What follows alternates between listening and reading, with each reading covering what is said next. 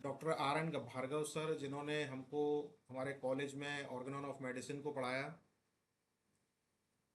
Doctor Praful विजयाकर sir, जिनकी teachings बहुत high grade की थी, जिससे हम लोग प्रैक्टिस में बहुत आगे आए। डॉक्टर दीदार सिंह सर, डॉक्टर देवेंद्र प्रीत सर।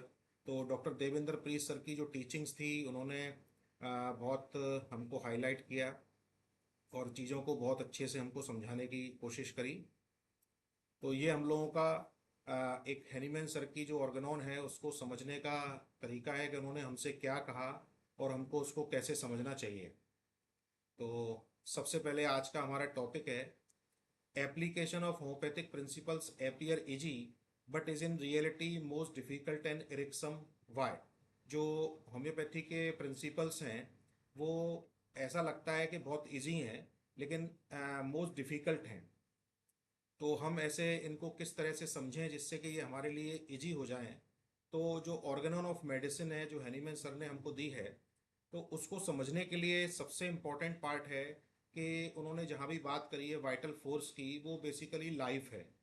तो हमको ये समझना होगा कि लाइफ क्या है और लाइफ को हम किस तरह से अंडरस्टैंड कर सकें, तभी हम इन सारे प्रिंसिपल्स को बहुत अच्छे से अप्लाई कर सकते हैं। और इनकी जो ब्यूटी है, जो केसेस में हमको रिजल्ट मिल सकते हैं, वो तभी मिल पाएंगे। तो हैनीमैन सर लिखते हैं कि the application of homoeopathic principles appear easy but it is in reality most difficult and irksome. It demands most careful thought and the utmost patience, but these find their reward in speedy and permanent recovery of the patient. अगर हम इनकी जो demands है कि हम careful thought रखें, patience रखें, तो फिर हम उसमें स्पीडी और परमानेंट रिकवरी पेशेंट को दे सकते हैं। तो आज हम इसको समझने की कोशिश करेंगे कि हैनीमैन सर हमसे क्या कहते हैं। तो इसमें हमने चार चीज़ों को डिस्कस करना है कि जो प्रैक्टिस है या जो प्रिंसिपल्स हैं होम्योपैथी के, वो हमारे लिए कब इजी हो पाएंगे, और हमने ऐसा क्या किया जो हमारे लिए ये इजी नहीं हो पाए। तो हमने अंडरस्टैंड नहीं किया प्रोसेस ऑफ लाइफ को, कि लाइफ क्या है उसको हमने अच्छे से अगर नहीं समझा, तो ये प्रिंसिपल्स हमारे लिए डिफ़िकल्ट रहेंगे। और नॉट अंडरस्टैंडिंग द डायनेमिक्स, जो एफोरिज्म 11 के फुट नोट में हैनीमैन सर ने हमको दी है, अगर हमने डायनेमिक्स को भी नहीं समझा, तो भी फिर हम इस जो हमारे ये प्रिंसिपल्स हैं होम्योपैथी के, हमारे लिए डिफ़िकल्ट रहेंगे। और not understanding the morbific agent inimical to life, यानी हमारी लाइफ को जो प्रभावित करने वाले कारण हैं, अगर उनको भी हमने अच्छे से नहीं समझा, तो भी ये प्रिंसिपल्स हमारे लिए बहुत डिफ़िकल्ट रहेंगे। तो इसलिए इन सारी चीज़ों को हमको समझना होगा। और not understanding the aphorism 6 foot note, जो एफोरिज्म 6 का फुट नोट है, उसको भी अगर हमने अच्छे से नहीं समझा, तो ये प्रिंसिपल्स जो है वो हमारे लिए बहुत डिफ़िकल्ट रहेंगे और हम इसको समझ नहीं पाएंगे। तो जो ऑर्गेनॉन ऑफ मेडिसिन है दोस्तों, उसको हम लोग अभी तक समझते थे कि ऑर्गेनॉन ऑफ मेडिसिन को हम पढ़ेंगे और उसकी जो टीचिंग्स है एनीमैन सर की, उसको हम पेशेंट के ऊपर अप्लाई करेंगे। लेकिन ये जो हमारे टीचर्स रहे, तो इनसे मुझे ये समझ आया कि इन टीचिंग्स को सबसे पहले फिजिशियन को अपने ऊपर अप्लाई करना है, और जब उसको वो समझने लगे तब फिर उसको पेशेंट के ऊपर अप्लाई करना है। तो इसमें जितना भी चीज़ हम डिस्कस करेंगे उसको अपने ऊपर हम सब लोग भी अप्लाई करेंगे, क्योंकि ये प्रिंसिपल्स ऑफ लाइफ हैं जो लाइफ को हमारी को डिफाइन करेंगे। तो सबसे पहला पॉइंट है कि हमने लाइफ को अंडरस्टैंड नहीं करा, तो समझेंगे लाइफ क्या है। कि life is a time between birth and death. जब हमारी बर्थ होती है और जब हमारी डेथ के बीच का जो टाइम है, उसको हम लोग लाइफ कहते हैं। तो जो टाइम है, इसको लेकर के हमारे पास टाइम मोडेलिटीज़ हमको मिली हैं कि बहुत से जो पेशेंट हैं वो बहुत हेस्टी होते हैं, बहुत क्विक होते हैं। तो यानी कि अगर हम हेस्टी होंगे, पेशेंस इम्पेशेंस जैसे पेशेंट हैं, तो हम लोग देखते हैं कि अगर हम भी इम्पेशेंस होंगे, तो हम बर्थ और डेथ के जो बीच का टाइम है उसको हम बहुत जल्दी जल्दी से स्पेंड कर रहे हैं। यानी कि इम्पेशेंसी किसी काम को लेके हमारे अंदर है, तो हम टुवर्ड्स डेथ की तरफ जा रहे हैं। इसलिए ये कुछ रूब्रिक्स ऐसे हैनीमैन सर ने हमको दिए हैं, कैंट सर ने दिए हैं। तो इसको हम इस तरह से लाइफ से रिलेटेड करके इसको जब अप्लाई करते हैं, तब फिर हमको रिजल्ट मिलते हैं। जैसे पेशेंट इम्पेशेंस है तो उसको हम कंसीडर करते हैं। तो जो लाइफ है दोस्तों, वो हमको यूनिवर्स से मिली है।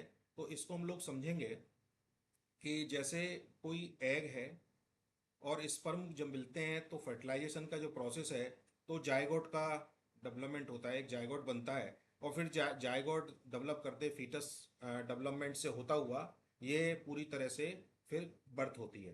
तो जो जायगोट है इसका जब डेवलपमेंट होता है तो उसके फेजेस को हम लोग दो तरह से समझते हैं कि फर्स्ट फेज में ऑर्गन का डेवलपमेंट होता है, उसके बाद एक बहुत इंपॉर्टेंट इंसिडेंस होता है जिसको फीटल वाइटलिटी कहते हैं। तो फीटल वाइटलिटी क्या है? The ability of a fetus to survive outside the womb is generally considered to begin around 22 to 24 week of gestation। यानी कि ये एक ऐसी एबिलिटी है फीटस की जो वो अपने आप, जब वो उसकी डिलीवरी हो जाती है, वूम से बाहर आता है, तो फिर वो अपने आप सर्वाइव करता है। तो ये जो फीटल वाइबिलिटी है ये बेसिकली यूनिवर्स हमको एक लाइफ देता है, जिससे के बाद हम अपनी लाइफ को अपने हिसाब से आगे की प्रोसेस चलते हैं। तो फीटलिटी, जब ये फीटल वाइबिलिटी आ जाती है तो जो ऑर्गन्स हैं वो फंक्शनली एक्टिव हो जाते हैं। तो ऑर्गन डेवलपमेंट और ऑर्गन फंक्शनली एक्टिव, यानी कि अगर हमको किसी पेशेंट के अंदर ऑर्गन डेवलपमेंट से रिलेटेड डिजीज मिलती हैं, कोई ऑर्गन जिसका डेवलपमेंट प्रॉपर नहीं हुआ है, तो हमको उसको 22 से 24 वीक से पहले उसमें चीज़ों को ट्रेस करना होता है। जब ऑर्गन डेवलपमेंट हो रहा था तब किस तरह की मदर की सिचुएशन थी, वो किस सिचुएशन में थी, उनको ट्रेस करना होता है।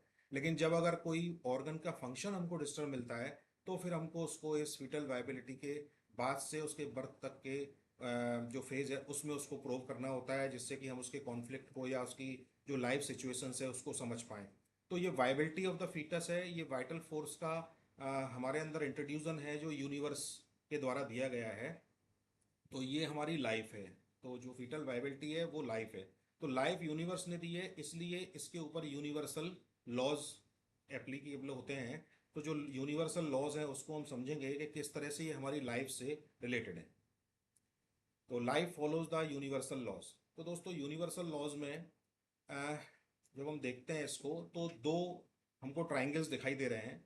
इसमें अपर ट्राइंगल और लोअर ट्राइंगल, और बीच में, तो बीच में इवोल्यूशन। तो इसके ये लॉज हैं। सबसे पहला लॉ है law of love, law of manifestation, law of polarity, law of evolution, law of harmony, correspondence and law of nature.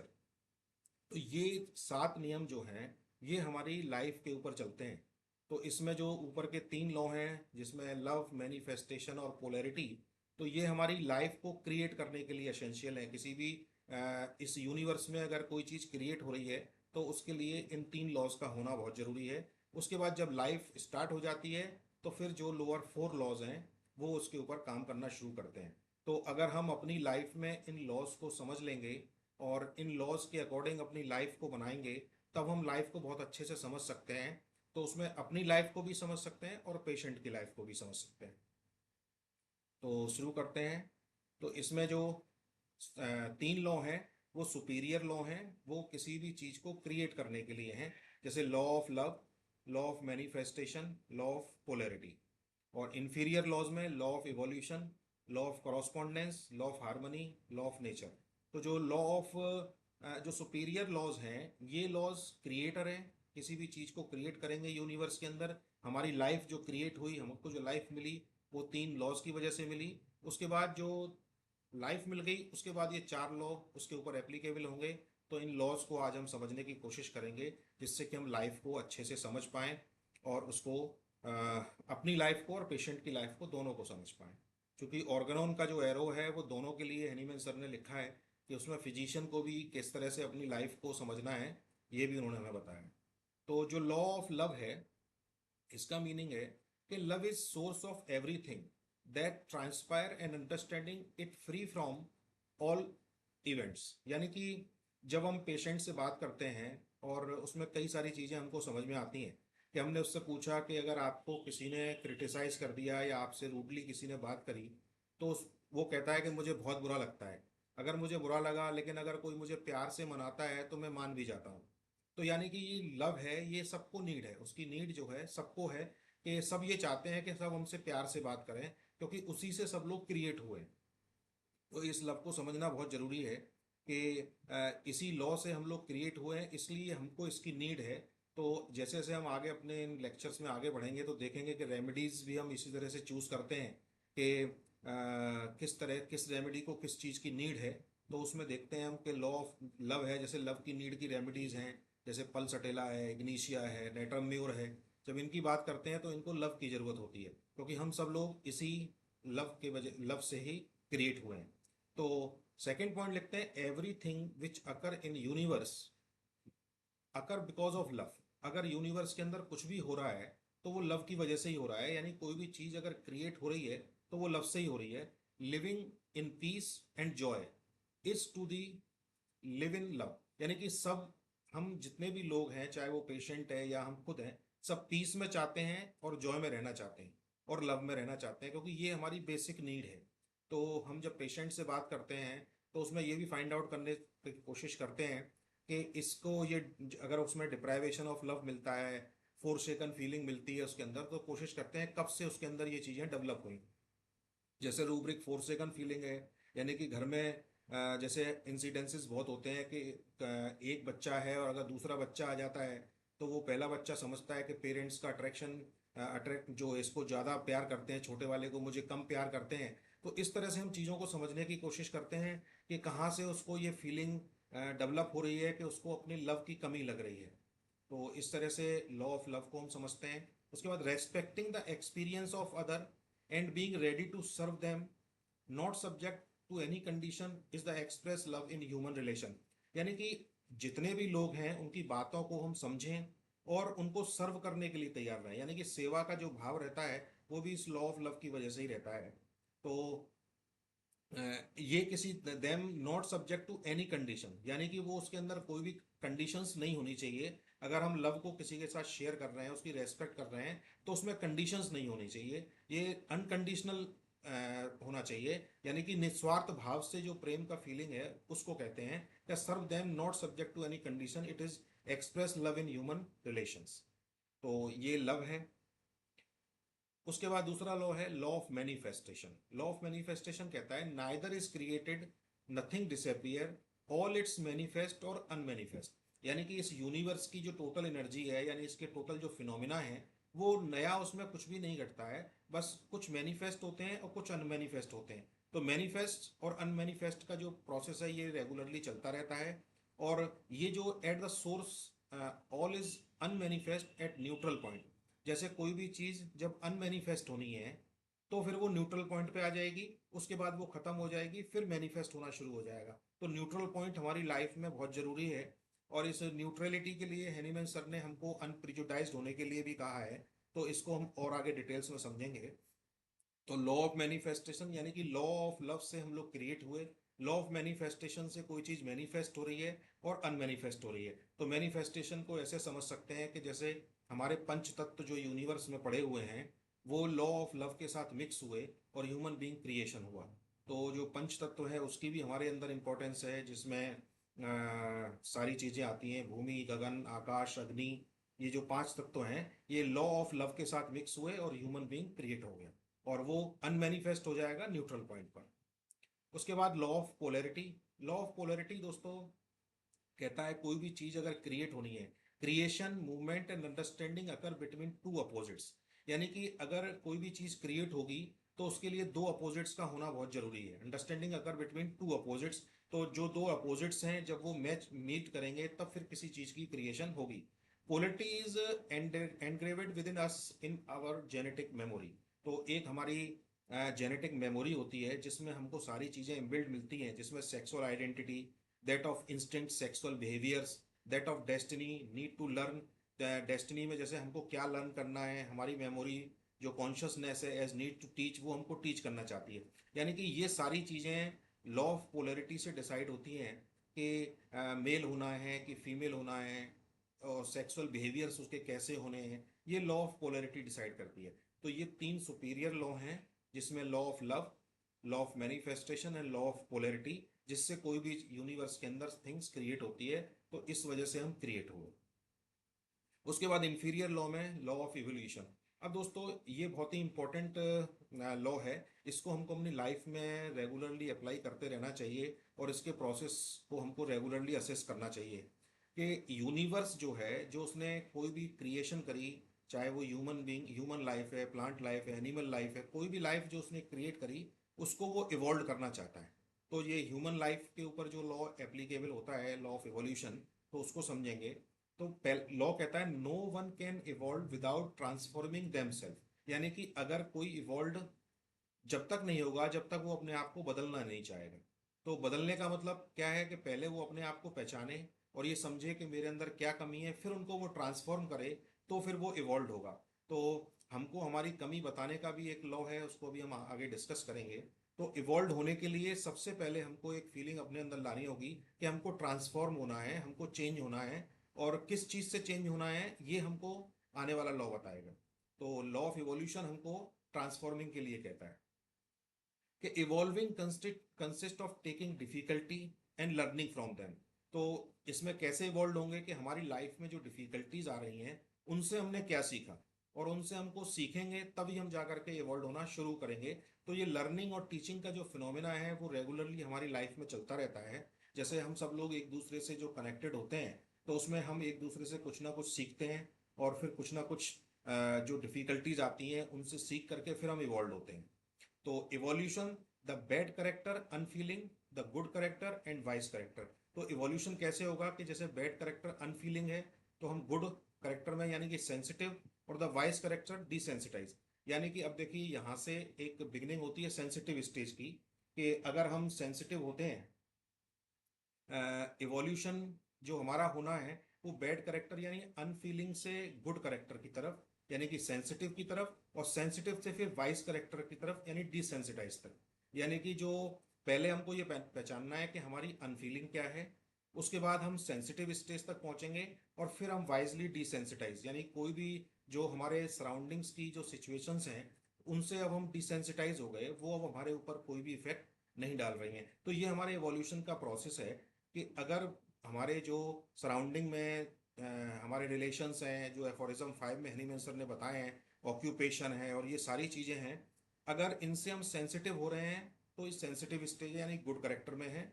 और वाइस करेक्टर में जब हम इनसे डिसेंसिटाइज होना शुरू होंगे, तो ये जो लॉ ऑफ इवोल्यूशन है ये हमको सोरा के ओरिजिन को भी बताता है कि कब हम सेंसिटिव होते हैं, तो सेंसिटिविटी से ही फिर सोरा डेवलप होता है। तो इन लॉज को हम लोग रेगुलरली प्रैक्टिसाइज करेंगे तो फिर हम म्याज्म को, हैनीमैन सर की टीचिंग्स को बहुत अच्छे से समझ पाएंगे। तो उसके बाद लिखते हैं कि equivalent to the internal process of moving from innocence to ignorance to wisdom.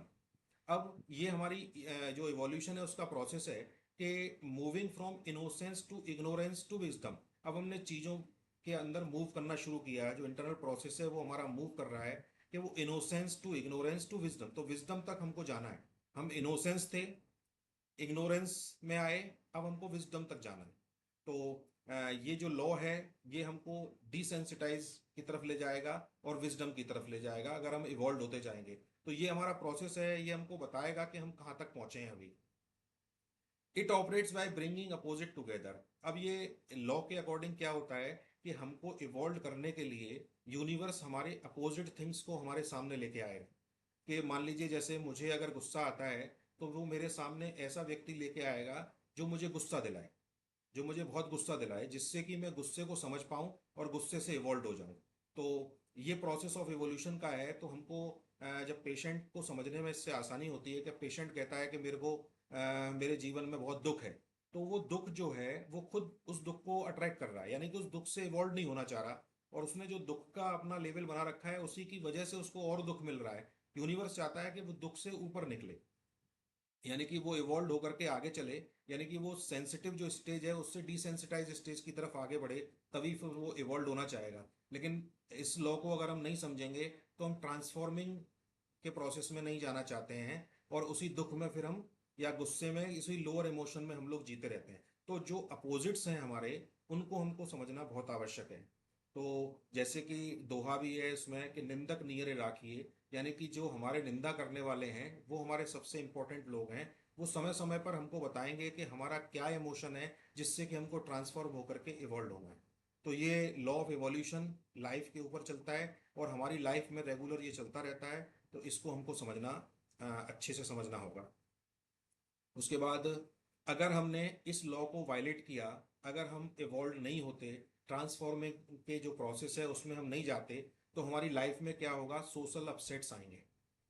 ठीक है, हमारे अंदर रिवेलिएशन की सिचुएशन आएगी। ये आप देखेंगे कि जैसे रिवेलियन में हमारे यहाँ मेडिसिन है, मर्क सॉल, कॉस्टिकम, इस तरह की जो मेडिसिन हैं वो रिवेलियस रेमेडी हैं।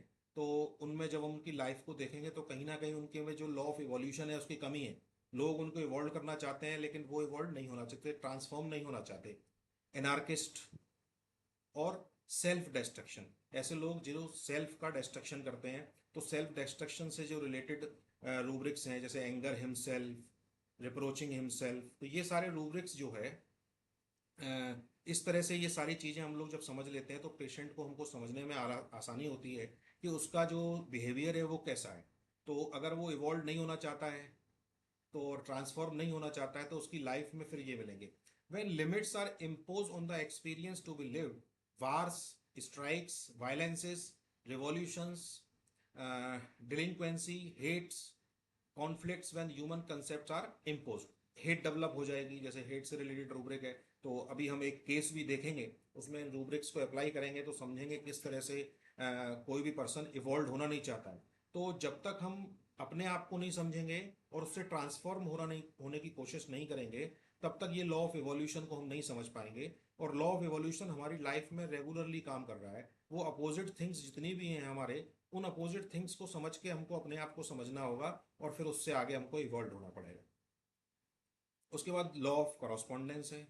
लॉ ऑफ कॉरस्पॉन्डेंस कहता है a place for everything and everything in its place, यानी कि यूनिवर्स के अंदर जितने भी इंसिडेंसेस हो रहे हैं वो सब अपनी अपनी जगह पर हैं और सबका स्थान अपनी जगह पर है। यानी कि इसमें कुछ भी चीज इधर से उधर नहीं है। सिर्फ हमको लगता है कि कुछ इधर से उधर है, लेकिन सब कुछ अपनी जगह पे है। वो किसी भी चीज को इधर से उधर नहीं करते हैं। तो a place for everything and everything in its place, तो जितने भी लोग हैं सबका एक स्थान है और सारे स्थान जो है वो फिक्स है, हर किसी के स्थान जो है फिक्स है। तो उसके बाद सेकंड लिखते हैं it determine the arrangement of time, space, location, action and function of all living being. यानी कि जितने भी धरती पर जो यूनिवर्स ने लाइफ क्रिएट करी है, उनके क्रिएट करने का टाइम, उनका स्पेस कहाँ पर उनको रहना है, उनका लोकेशन तक फिक्स है, उनके एक्शंस फिक्स हैं, और जितने भी फंक्शंस हैं वो सारे के सारे अरेंजमेंट्स हैं और वो सारे के सारे अरेंजमेंट फिक्स हैं। जैसे हम लोग देखते हैं कि इसमें एक टेरिटरी कॉन्फ्लिक्ट है। टेरिटरी कॉन्फ्लिक्ट को समझते हैं कि जैसे अगर किसी व्यक्ति का कोई व्यक्ति का ट्रांसफर हो जाता है एक जगह से दूसरी जगह जहां वो नहीं चाहता है, और उसका सडन आया कोई जॉब करता है, उसका ट्रांसफर अगर हो गया, तो उसका क्या हुआ, उसकी लोकेशन चेंज हुई।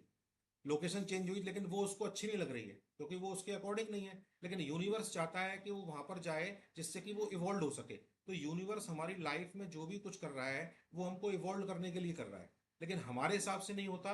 तो फिर हम उसको एक्सेप्ट नहीं करते हैं और फिर हम उसके लॉ के उसको फॉलो नहीं करते हैं, तो फिर वो सारी सर्कमस्टांसेस हमारे अंदर क्रिएट हो जाती हैं, हमारी लाइफ डिस्टर्ब होना शुरू हो जाती है। तो यूनिवर्स ने सब कुछ हमारे साथ जो है फिक्स कर रखा है। उसके बाद लिखते हैं it is recognise in everything that can be done. It is recognise in everything that can be done, जो भी काम चल रहा है वो रिकॉग्नाइज्ड है, वो फंक्शनली एक्टिव है और वो सब कुछ फिक्स है। Nothing happens to anyone that is not made to happen to them. ऐसा कुछ भी नहीं है जो उसके साथ नहीं होने वाला था, जो सब कुछ फिक्स है उसी के अकॉर्डिंग सारी चीजें हो रही हैं।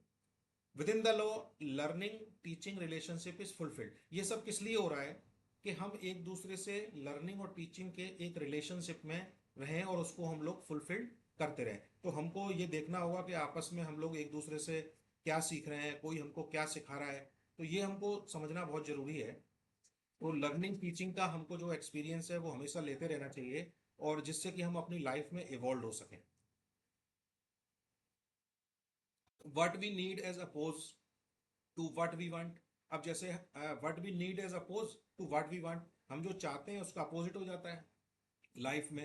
तो लॉ ऑफ कॉरस्पॉन्डेंस के अकॉर्डिंग अगर हम चलेंगे कि जो हमें मिल रहा है वही हमारे लिए उसने डिसाइड किया हुआ है, यानी एक्सेप्टेंस में हम आ जाएंगे, तो फिर हम लॉ ऑफ कॉरस्पॉन्डेंस के अकॉर्डिंग चलेंगे। फिर हमारी जो वांट्स हैं उनके अकॉर्डिंग काम होना शुरू होगा। यानी कि हमको एनी हाउ इस यूनिवर्सल फिनोमिनास के, इस यूनिवर्सल लॉस के अंडर में सरेंडर में रह करके अपनी लाइफ को जीना होगा, जिससे कि वो लाइफ हमारी इवॉल्व हो सके और वो सारी चीजें हमको मिल सके। By changing the correspondence, false belief or truth of understanding, we change destiny. अगर हम बाई चेंजिंग द कॉरस्पॉन्डेंस, अगर हमने कॉरस्पॉन्डेंस को चेंज किया, वी चेंज डेस्टिनी, हमारी डेस्टिनी चेंज हो जाएगी। अब जैसे मान लीजिए वो इवॉल्व करने के लिए हमको एक जगह से दूसरी जगह ले जाना चाहता है, लेकिन हमने वहां जाना मंजूर नहीं किया और हम वहां नहीं गए, तो हमने अपनी डेस्टिनी को चेंज कर लिया, यानी कि अब हमारी स्थिति खराब होगी। क्यों? क्योंकि हमने अपनी मर्जी से कुछ किया है और यूनिवर्स हमको वहां पर इवॉल्व करने के लिए ले जाना चाहता था। तो जब सब कुछ फिक्स है हमारी लाइफ में, तो फिर हमको अपनी उसके अंदर करॉस्पोंडेंस को चेंज नहीं करना चाहिए, नहीं तो हमारी डेस्टिनी चेंज हो जाएगी। और फिर अगर ऐसा कुछ होता है तो फिर हम लोग अपने आप को ही उसके लिए रेस्पॉन्सिबल ठहराते हैं कि मेरी वजह से ऐसा हो गया। जैसे आज ही एक मेरे पास पेशेंट आई, उस पेशेंट के अंदर क्या था कि उस वो कह रही थी कि मेरी तो किस्मत में ही ऐसा लिखा है। यानी कि क्या था कि उसने बीए एमए बीएड करी, एमए बीएड करने के बाद उसकी शादी जब हो जाती है तो उसको जॉब करने की इच्छा थी, लेकिन वो जॉब नहीं कर पाई। तो करॉस्पॉन्डेंस से उसकी जॉब, मतलब उसको पढ़ाई तो लिखी, लेकिन वो नहीं समझ पाई कि मेरे को करॉस्पॉन्डेंस ने जो शादी करके प्लेस दिया है वहां पर जॉब नहीं लिखा है, लेकिन वो जॉब को लेकर के परेशान है। और वो कह रही है कि मेरी किस्मत में ये लिखा था, यानी कि अनफॉर्चुनेट फीलिंग उसके अंदर जो चल रही है, तो इससे उसकी सारी प्रॉब्लम्स क्रिएट हो रही हैं। तो ऐसे ही हम केस को भी डिस्कस करेंगे कि किस तरह से ये लॉ ऑफ करॉस्पॉन्डेंस को जब हम फॉलो नहीं करते तो क्या क्या प्रॉब्लम्स फेस करनी पड़ती हैं। It involves giving up fights against anything or anyone. It involves giving up fights against anything or anyone. इसके अगर हम लोग इसको फॉलो नहीं करेंगे तो ये सारी चीजें हमको क्रिएट लाइफ में मिलेंगी। अगर हमने इसको फॉलो नहीं किया, वायलेट किया लॉ ऑफ करॉस्पॉन्डेंस को, तो क्या होगा? Upset in the individual environment, mental blocks, dissatisfaction आएगा और डिफिकल्टी इन अचीविंग सक्सेस, हम सक्सेस को प्राप्त नहीं कर पाएंगे। तो कई सारे पेशेंट हमारे पास आते हैं जो तैयारी कर रहे हैं, एग्जाम्स दे रहे हैं, लेकिन उनको सक्सेस नहीं मिल रही है। तो जब हम उनकी लाइफ का पूरा असेसमेंट करते हैं तो पता लगता है कि कहीं ना कहीं वो लॉ ऑफ करॉस्पॉन्डेंस को, अ, उसका जो लॉ ऑफ करॉस्पॉन्डेंस है उसका वायलेशन कर रहे हैं, इस वजह से उनको ये प्रॉब्लम्स क्रिएट हो रही हैं। In what we do, wearisome bets against the circumstances of the life, inability to accept one's life, fear, anxiousness, constant frustration, etc. ये हमको इस लॉ ऑफ करॉस्पॉन्डेंस के वायलेशन के बाद मिलना शुरू हो जाता है। तो हमको इस लॉ ऑफ करॉस्पॉन्ड, अब हमको देखना होगा कि हमारी लाइफ में क्या मिल रहा है। कि अगर हम सक्सेस नहीं प्राप्त कर पा रहे हैं तो इसका मतलब कहीं ना कहीं हम लॉ ऑफ करॉस्पॉन्डेंस को फॉलो नहीं कर रहे। लाइफ हमको कहीं ले जाना चाहती है, वहां हम नहीं जाना चाहते हैं। तो इस तरह से ये लाइफ के ऊपर, हमारी के ऊपर काम करते हैं लॉ ऑफ करॉस्पॉन्डेंस। उसके बाद law of harmony. Law of harmony हमारी लाइफ में क्या है? Everything that is maintain towards equilibrium, यानी कि अगर लॉ ऑफ करॉस्पॉन्डेंस से हमको कहीं भेजा जा रहा है तो हमारी लाइफ में इक्विलिब्रियम लाने के लिए भेजा जा रहा है। तो क्योंकि लॉ ऑफ हार्मनी का मतलब है कि सब कुछ बैलेंस करना, इक्विलिब्रियम में हमको रखना। It is law of synchronisation which permits the perfect coordination functioning of everything that exist and happens. सारी चीजों को सिंक्रोनाइज करता है लॉ ऑफ हार्मनी। तो लॉ ऑफ हार्मनी अगर हमारी लाइफ में रहेगी तो फिर हम सारी डिजीज फ्री स्टेट में रह सकते हैं। जैसे कि देखेंगे, it recognise in day and night the seasons, tolerance, socialisation and in all events that tend towards equilibrium. अब जैसे पेशेंट हमारे पास आता है कि मेरे को सर्दी में बहुत तकलीफ होती है, जरा सी सर्दी हो तो मेरे को प्रॉब्लम होना शुरू हो जाती है, जरा सी गर्मी हो मेरे को प्रॉब्लम होना शुरू हो जाती है, यानी कि उसकी टॉलरेंस में प्रॉब्लम है। तो वो लॉ ऑफ हार्मनी उसका डिस्टर्ब है, कहीं ना कहीं वो इक्विलिब्रियम में नहीं रहना चाहता है। तो इससे हम लोग समझ जाते हैं। It operates bye regulating the time and action and recovery.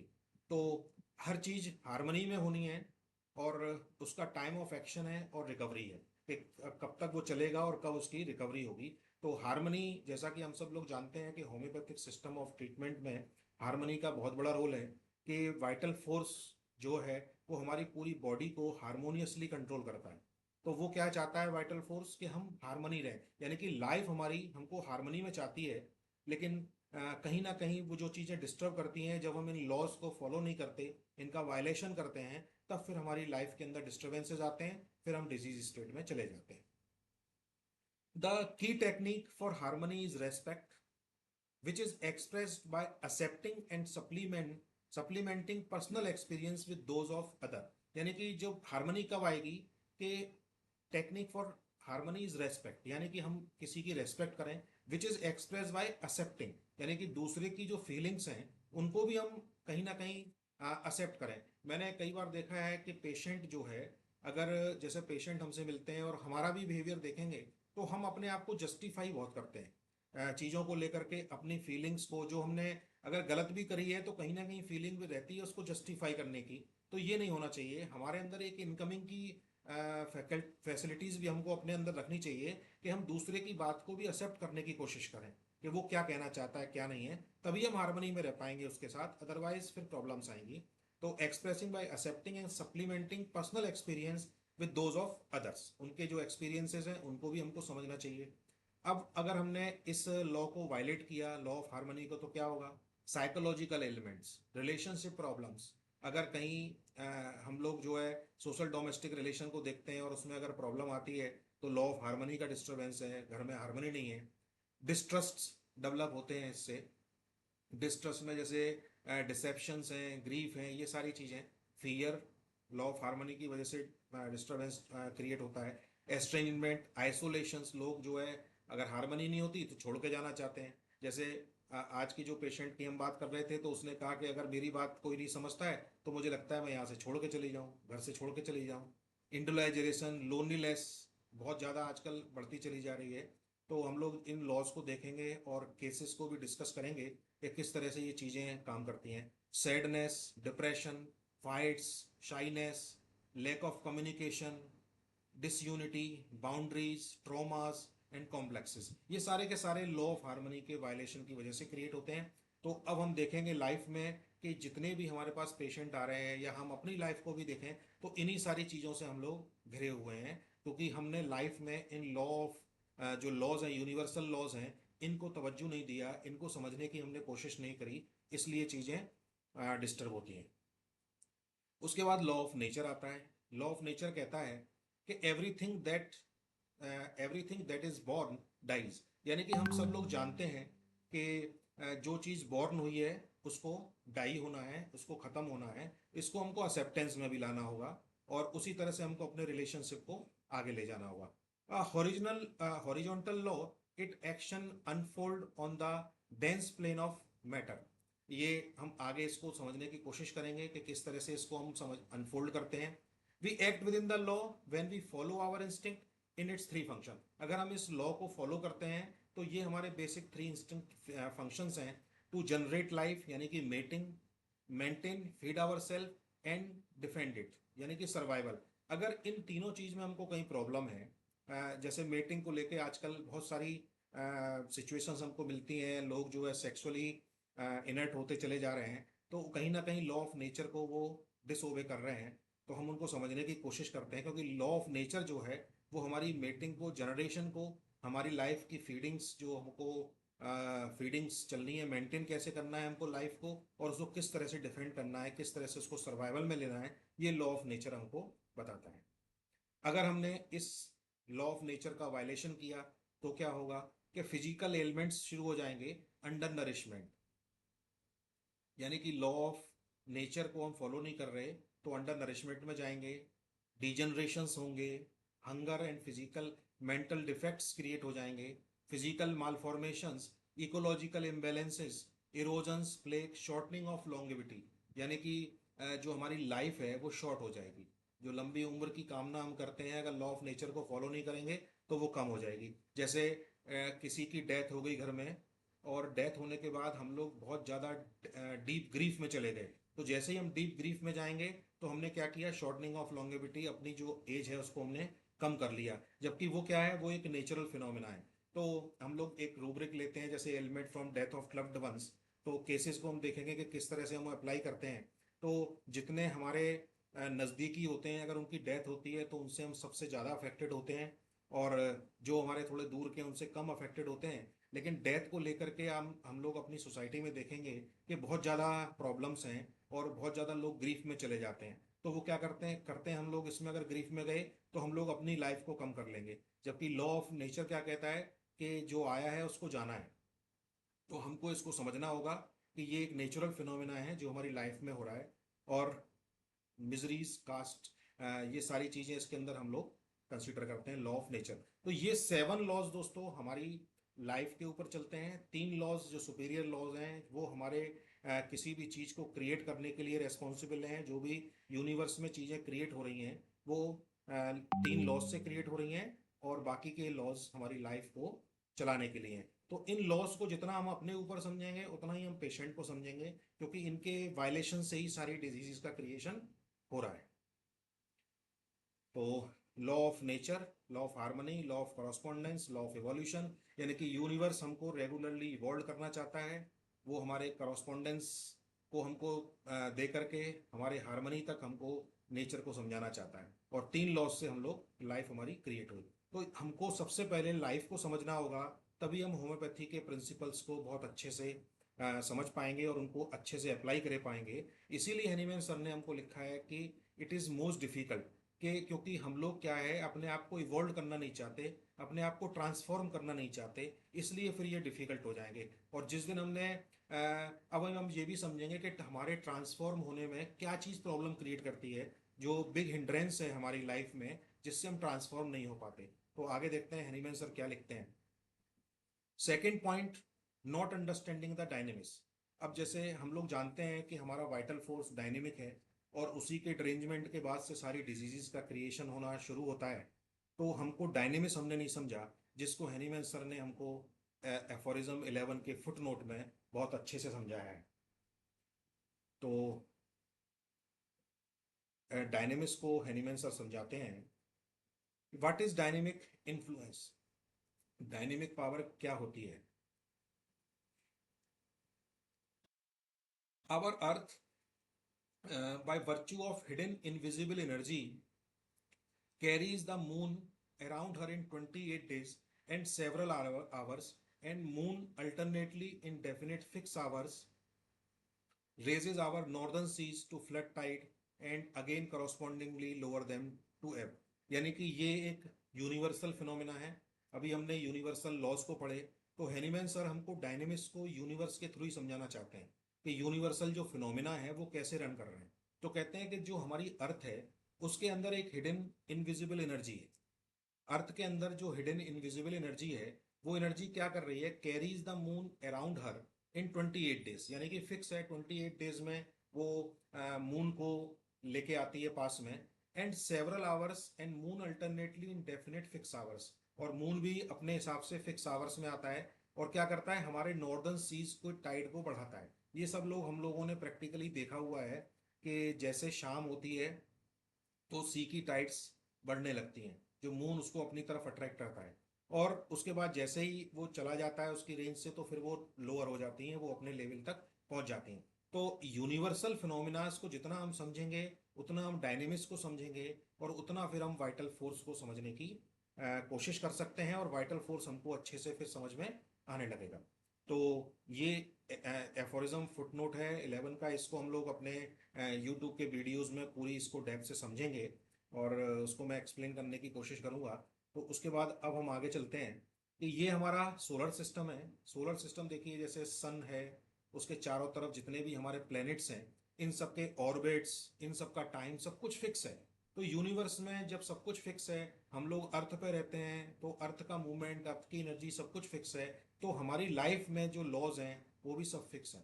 तो जितना हम उन लॉज को समझते चलेंगे और अपनी लाइफ में अप्लाई करते चलेंगे, उतना ही हम लोग हैनीमैन सर के प्रिंसिपल्स को और जो उनकी टीचिंग्स हैं उनको हम बहुत आसानी से समझते चलेंगे। अगर हमने ऐसा नहीं किया तो फिर उसमें डिफिकल्टीज हमको फेस करनी पड़ती हैं। तो इन यूनिवर्सल लॉज को हमको बहुत अच्छे से समझना होगा।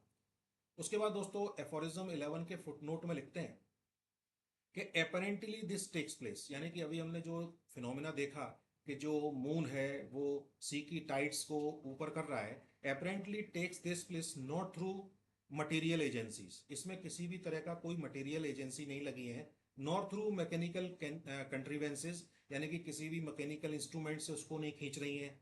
As are use for product of human labour, ना किसी ह्यूमन ने उसको ह्यूमन लेबर से किसी चीज से खींचा जा रहा है। So that we see numerous other event about a result of the action of one substance on the other substance. ये एक बहुत ही इंपॉर्टेंट बात डायनेमिक्स में बताते हैं कि ये एक सब्सटेंस का दूसरे सब्सटेंस के ऊपर इम्पैक्ट है, जिसमें कोई मैकेनिकल एजेंसी काम नहीं कर रही, कोई मटेरियल एजेंसी काम नहीं कर रही, कोई ह्यूमन लेबर काम नहीं कर रहा, लेकिन ये एक सब्सटेंस का दूसरे सब्सटेंस के ऊपर इफेक्ट है। तो इसको हम लोग अभी देखेंगे कि पेशेंट में हम इसको कैसे अप्लाई करते हैं। केस देखेंगे तो उसमें समझेंगे कि कैसे हम इस डायनेमिक्स को अप्लाई करते हैं।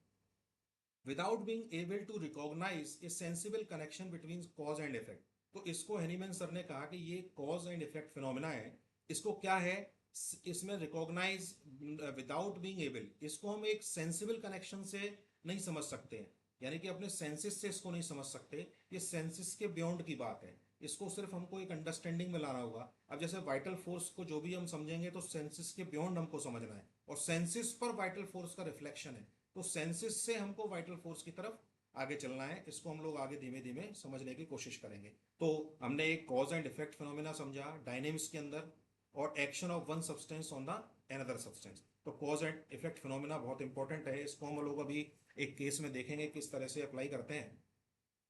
उसके बाद एनिमल सर इसमें डायनेमिक्स में लिखते हैं कि only cultured practice in comparison and deduction can form for himself a kind of supersensual ideas to keep all that is material और mechanical in his thought from such concept. कोई अगर material और mechanical thoughts अपने उसमें रखता है तो वो इन चीज़ों को नहीं समझ सकता है, केवल कल्चर्ड जो है इस कंपैरिजन और डिडक्शन के प्रोसेस को समझ सकता है।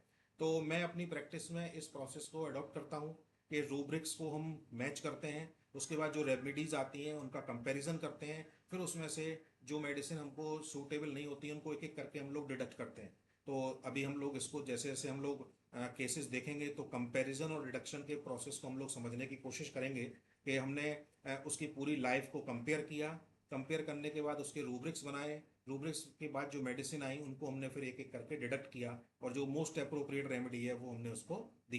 तो इसको हम लोग अप्लाई करेंगे। He call such effects dynamic virtual, that is such a result from absolute specific pure energy and action of he one substance upon the other substance। ये जो फिनोमिनाज हो रहे हैं, जो सुप्रासेंसुअल आइडियाज से हो रहे हैं, ये प्योरली स्पेसिफिक प्योर एनर्जी है, ये एनर्जी का कंसेप्ट है, यानी कि वाइटल फोर्स हमारी एनर्जी, सुप्रासेंसुअल आइडियाज हमारी एनर्जी, कंपैरिजन एंड डिडक्शन का process is based on energy. तो जो भी कुछ हमें पढ़ना है या समझना है वो हमें एनर्जी को समझना है कि हाउ एनर्जी वर्क्स।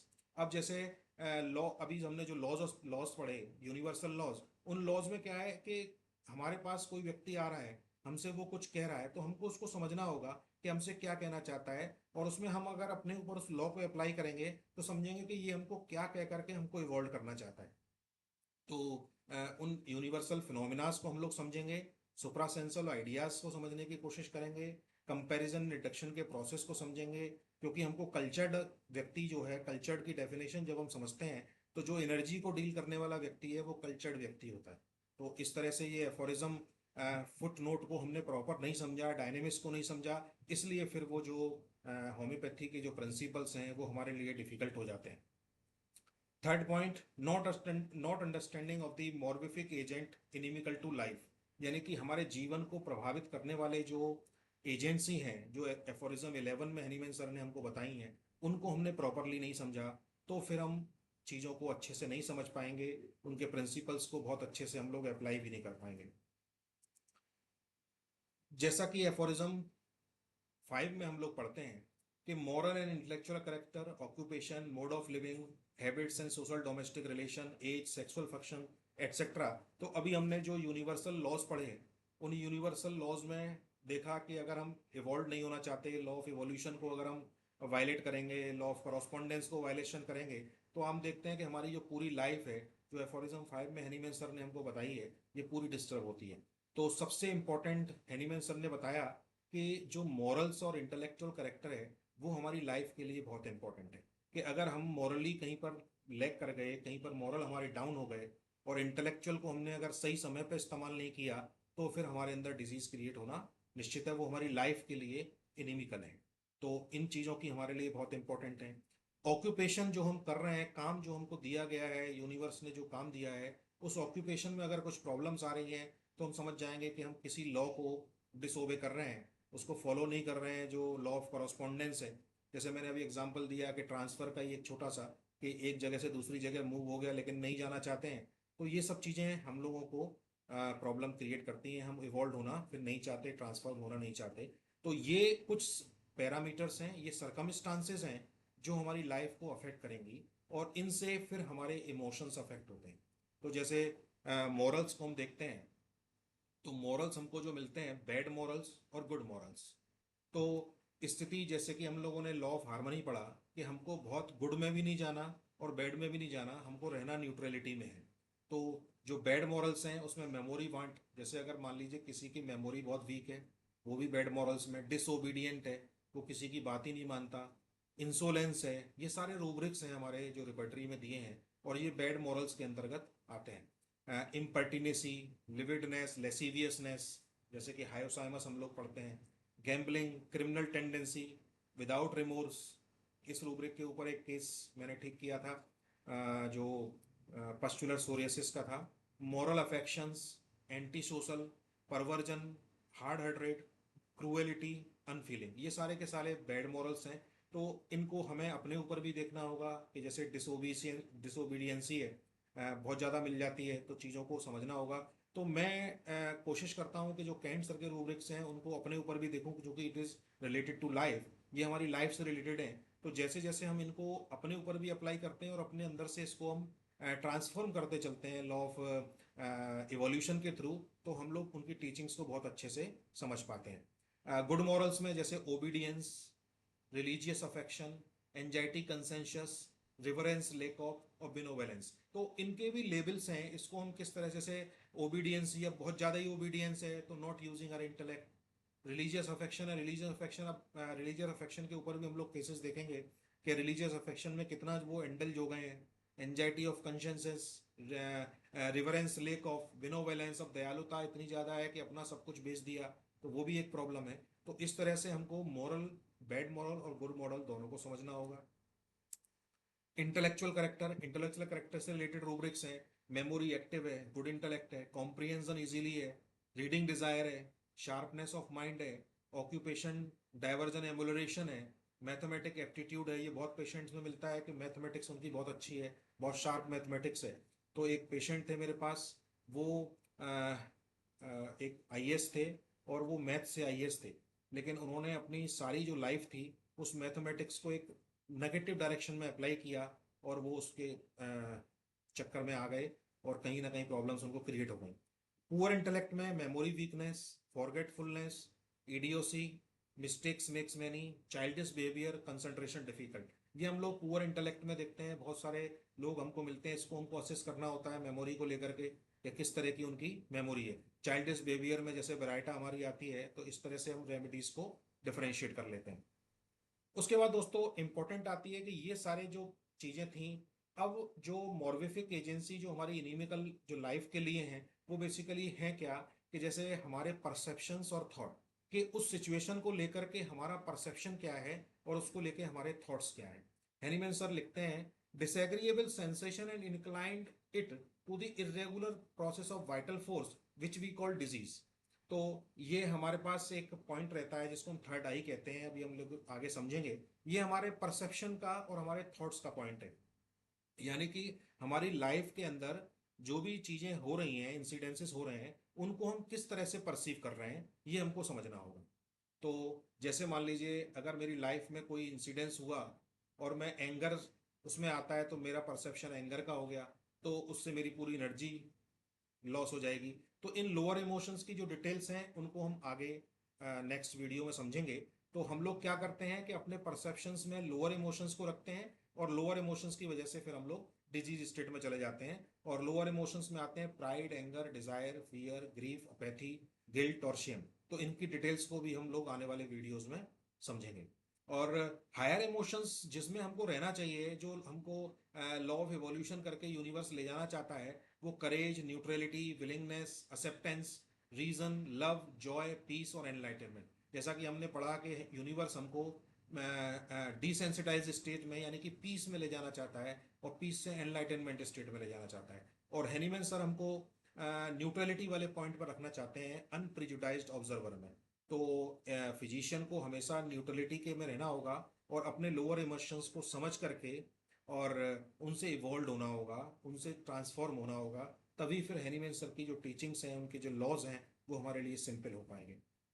जैसे अगर पेशेंट एंगर में है और फिजिशियन भी एंगर में है, यानी कि उसकी जो फ्रीक्वेंसी है और पेशेंट की जो फ्रीक्वेंसी अगर वो सिमिलर है, तो वो उसकी पूरी लाइफ को नहीं समझ पाएगा। इसलिए हैनीमैन सर ने न्यूट्रल वाले पॉइंट पर रहने के लिए हमको निर्देशित किया है एफोरिज्म 6 में कि फिजिशियन अनप्रिजुडाइज्ड ऑब्जर्वर होना चाहिए। ये हमारा एनर्जी लेवल है दोस्तों। हम यूनिवर्स के साथ, अब ये वाइटल फोर्स जो हमको मिली है, वो हमारी पूरी बॉडी में एनर्जी को ट्रांसफर करती है। ये इंपॉर्टेंट है, थर्ड आई का जो चक्र है, ये परसेप्शन का चक्र है। तो जो एनर्जी हमको मिली है, हम परसेप्शन करके उस एनर्जी को लोअर लेवल में ले जाते हैं, और फिर हमारे सारे जितने भी चक्रास हैं, उन चक्रास में लोअर एनर्जी पहुंचती है, और फिर डिजीज का क्रिएशन होता है। तो मेन प्रॉब्लम परसेप्शन को लेकर के है कि परसेप्शन अगर हमारा ठीक है, तो फिर हम डिजीज स्टेट में नहीं जाएंगे। तो परसेप्शंस को हमको देखना है। ये हमारे बैकबोन में है सारे के सारे chakras.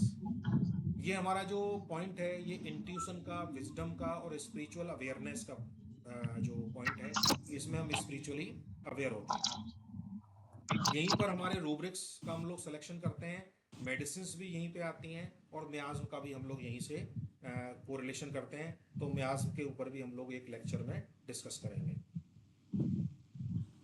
Not understanding the aphorism 6 foot note, यानी कि ये बहुत ही इंपॉर्टेंट पॉइंट है जो हमने अंडरस्टैंड नहीं किया, जिसकी वजह से वो प्रिंसिपल्स हमारे लिए डिफिकल्ट हो गए। एफोरिज्म 6 में लिखते हैं, I not know therefore how it was possible for physician at the sick bed to allow themselves to suppose that without most careful attending to the symptom and being guided them by an treatment, यानी कि किसी physician ने symptoms को बहुत carefully नहीं लिया और उनके ऊपर ट्रीटमेंट उसने दे दिया। तो फिर ये कैसे पॉसिबल है कि वो ठीक हो जाए अगर सिम्टम्स प्रॉपर नहीं लिए। फिर लिखते हैं, they ought to seek and could discover, वो उसको सीक कर सकता है, उसको डिस्कवर कर सकता है। ठीक है, तो ऐसा क्या कारण है जिसकी वजह से वो उसको डिस्कवर नहीं कर पा रहा है। Only in the hidden and unknown interior what there was to be cured in disease. तो ट्रीटमेंट देने में जो हमको ठीक करना है, जो क्योर करना है, वो इंटीरियर को ठीक करना है, जो हिडन इंटीरियर है, और फिजिशियन उसको डिस्कवर कर सकता है, लेकिन वो उसको डिस्कवर नहीं करना चाहता है, ना करता है। किस वजह से? Arrogantly and ludicrously pretending that they could without paying much attention to these symptoms, जो discover the alteration that had occurred in the invisible interior. तो एरोगेंस एक ऐसा पॉइंट है जो हमको इनविजिबल हिडन इंटीरियर को समझने नहीं देता। तो अगर फिजिशियन एरोगेंस में होगा, तो वो इनविजिबल इंटीरियर को कभी भी नहीं समझ पाएगा। तो इस एरोगेंस को लेकर के हमारे यहाँ एक रूब्रिक है, हॉटी। तो एरोगेंस जो है एक बिग हिंड्रेंस है हिडन इंटीरियर, यानी कि अब हमको अगर एनर्जी अपनी समझनी है, तो अपने इस एरोगेंस को समझना होगा, और इस एरोगेंस से हमको ट्रांसफॉर्म होकर के इवॉल्व होना पड़ेगा। तभी फिर हमारी ये सारी टीचिंग्स हमको हैनीमैन सर की समझ में आएगी। हॉटी, एरोगेंस, प्राइड और इम्पीरियस, ये जो प्रोसेस है, ये जो टर्म है हॉटी से रिलेटेड है, ये रूब्रिक जो दिया हुआ है, इसका मीनिंग क्या है? The proud person is characterised by great feeling of his own work, he pleased with himself. जैसे हम लोग कई सारे पेशेंट को देखते हैं, तो वो अपनी बात को जस्टिफाई करने की कोशिश करता है। तो जब भी हमको कोई बात कह रहे हैं और हम जस्टिफाई कर रहे हैं, तो वहां पर हमको अवेयर होना पड़ेगा कि क्या हम अपने आप को ही जस्टिफाई कर रहे हैं, तो दूसरे की बात को समझ रहे हैं या नहीं समझ रहे हैं। तो अगर हम नहीं समझ रहे हैं, तो फिर हमारा नेचर हॉटी हो जाएगा, सही होते हुए भी हम लोग एरोगेंस में चले जाएंगे। तो हमको दूसरे की बात को भी समझना है, उसको भी तवज्जो देना है, तभी हम ट्रांसफॉर्म हो पाएंगे। स्पेशलिटी क्या है? They answer to the point with confidence, answer बड़ा कॉन्फिडेंस देंगे। They answer with tend to hurt the person, patient को हम लोग डिस्कस करेंगे कि वो ऐसा आंसर देते हैं कि सामने वाले को वो हर्ट फील हो जाए। Want to famous and respect, जो व्यक्ति फेमस होना चाहता है, रेस्पेक्ट चाहता है, कहीं ना कहीं जब हम लोग बात करते हैं पेशेंट से, तो उसको लगता है कि मेरी रेस्पेक्ट हो, तो वो भी हॉटी नेचर है उसका, इसलिए वो रेस्पेक्ट चाहता है। और ये होता क्यों है हॉटी नेचर?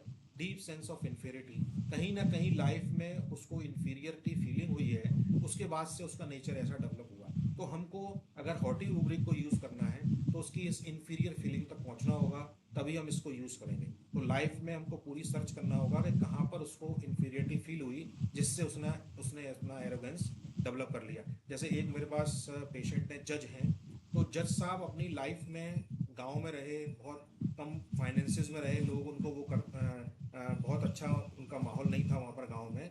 वहाँ से वो डेवलप होकर के जज बने। तो जब वो जज बन गए तो फिर वो हॉटी नेचर में कन्वर्ट हो गए, एरोगेंस में आ गए। इसी एरोगेंस को उन्होंने अपने बच्चों में भी ट्रांसफर किया। तो इस तरह से दोस्तों चीज़ें ट्रांसफर होती हैं। तो हमको उनकी लाइफ में समझना होगा बिल्कुल बेसिक से जा करके कि कहाँ पर इन्फीरियरिटी उनको हुई, तभी हम हॉटी नेचर में डेवलप हो पाएंगे, डेवलप होते हैं। प्रायोरिटी इज नॉट डॉक्टर और doctors time, in fact his own status, his respect and his time. अब डॉक्टर के लिए कोई उसके लिए इंपॉर्टेंस नहीं है, फिर पेशेंट के लिए तो हम अपने ऊपर भी इसको अप्लाई कर सकते हैं कि हम पेशेंट को कितना रेस्पेक्ट दे रहे हैं, हम पेशेंट को कितना चीज़ों को उसकी को समझने की कोशिश कर रहे हैं। Normal etiquette and respect toward the doctor is missing, answer may be sarcastic और इवन मॉकिंग। तो इस तरह के हमने अभी समझने की कोशिश करी कि किस तरह से हॉटी नेचर है। हॉटी नेचर किसी भी एज में मिलती है, में इंसिडेंसेस ऑफ चाइल्डहुड में, टीन एज में, मिडिल एज में। तो अभी हम लोग इसको देखेंगे कि किस तरह से हमको सारी चीज़ें मिलती हैं। I cut off my friendship with a good friend of mind because he was not ready to give a job in his project that I wanted. यानी कि मैं चाहता हूँ उस प्रोजेक्ट में मुझे उसने काम नहीं दिया जो मेरा दोस्त था, तो मैंने उसके साथ रिलेशनशिप को ब्रेक कर दिया। तो अभी इसी के ऊपर हम लोग एक केस भी देखेंगे कि किस तरह से ये हॉटी नेचर हम लोग यूज़ करते हैं। तो ये नेचर है। तो हमको ये समझना होगा कि अगर हमारी बात किसी ने नहीं मानी तो क्या हमने उससे रिलेशनशिप ब्रेक कर दी। तो अगर रिलेशनशिप ब्रेक कर दी तो हम हॉटी नेचर में हैं और हेट हमारे अंदर डेवलप हो रहा है। I left the job because at office I was working as an accountant and my boss asked me to do the mean job of bring a glass of water. Boss ने अगर पानी लाने कह दिया तो फिर जॉब को छोड़ दिया। I left study half way because teacher reprimand and humiliated me in front of the whole class. ये पेशेंट्स मुझे बच्चों में आजकल बहुत देखने को मिल रहा है, खासकर पीटीएम्स जब होती हैं तो उनमें क्या होता है कि टीचर और पेरेंट्स, तो बहुत सारे पेरेंट्स खड़े रहते हैं और उनके सामने अगर बच्चे के नंबर कम आए तो फिर वो बच्चे को बहुत फील होता है, वो ह्यूमिलेटेड फील करता है। और फिर हम देखते हैं कि रेगुलरली उसकी क्लास में जो उसका